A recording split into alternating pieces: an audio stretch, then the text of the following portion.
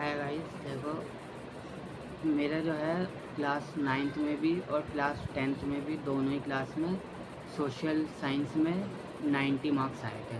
दोनों में 90% दोनों ही क्लासों में। तो आपको भी 90% मिनिमम या इवन उससे भी ज़्यादा मार्क्स चाहिए। तो इसके लिए मेन जो मैंने करा था मैं बता दे रहा हूँ, उसमें आप और अच्छे से पढ़ोगे तो इससे भी ज़्यादा मार्क्स आ जाएंगे, 90% से भी ज़्यादा मार्क्स, क्योंकि मेरा दोनों ही क्लास में सेम आया 90% मार्क्स। तो this strategy helped me in both the classes, class 9th as well as class 10th। तो मेन जो है इनके लिए कोई भी क्लास हो, चाहे क्लास 9th हो चाहे क्लास 10th हो, दोनों की सेम स्ट्रैटेजी है। दोनों में मैंने जो फॉलो करा था वो यही है कि मेन जो बुक्स होते हैं चारों सब्जेक्ट वही कॉमन होते हैं, history, political science, economics and history, geography, political science and economics, ये 4 सब्जेक्ट होते हैं दोनों क्लासों में।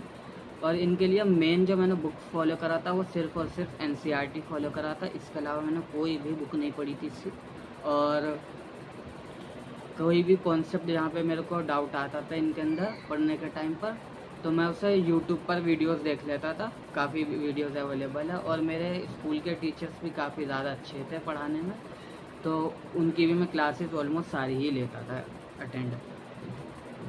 तो बस यही था, डाउट ज़्यादा थे नहीं क्योंकि सब्जेक्ट इजी होते हैं, थ्योरी होता है सिर्फ, न्यूमेरिकल कुछ ऐसा है नहीं इसमें, ऐसा कोई रॉकेट साइंस तो है नहीं, बेसिक है, कॉमन सेंस जैसी चीज़ है, बस पढ़ोगे तो इजीली समझ में आ जाता है। पर फिर भी जैसे कुछ चीज़ें होती हैं डायरेक्टली नहीं समझ में आती, स्पेशली जैसे हिस्ट्री है, बोरिंग होती है, तो उसके लिए यूट्यूब पे वीडियोस देख सकते हो, that is very easily to cover. बाकी और कोई ऐसा चीज़ नहीं है, बस वही है कि जब सिलेबस पूरा हो जाए इन NCERT की चारों बुक से, तो कोशिश करना एग्ज़ाम से मिनिमम 1 महीने पहले सिलेबस पूरा हो जाना चाहिए और रिवीजन आराम से 1 महीने के अंदर बहुत अच्छे से करो कि चीज़ें अच्छे से याद हो जाए, सो डैट एग्ज़ाम में प्रॉपरली लिख पाओ, वरना लास्ट में टाइम नहीं बचता, रिवाइज़ नहीं हो पाता। फिर वही है कि जब दिमाग में याद नहीं होते तो फिर आंसर्स पे लिखोगे क्या। तो वही चीज़ है, मेन है लास्ट कम से कम 1 मंथ होना ही चाहिए फॉर रिवीजन। तो इसलिए टाइमली सिलेबस को कंप्लीट करना इज़ ऑल्सो वेरी इंपॉर्टेंट। तो बस यही है मेन। और बाकी हाँ, नोट्स अगर बनाना है तो डेफिनेटली इनके नोट्स तो इजीली शॉर्ट नोट्स बन जाते हैं, कीवर्ड्स के को देख करके जो बुक्स में है उनके हिसाब से बस, या डायरेक्ट बुक में भी हाईलाइट करना चाह रहे हो कुछ कॉन्सेप्ट, डायरेक्ट बुक में भी हाईलाइट कर सकते हो। तो ऐसा कोई रूल ऑफ थंब नहीं है, it's up to you.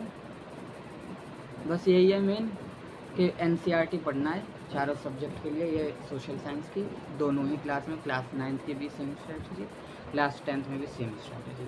Thank you.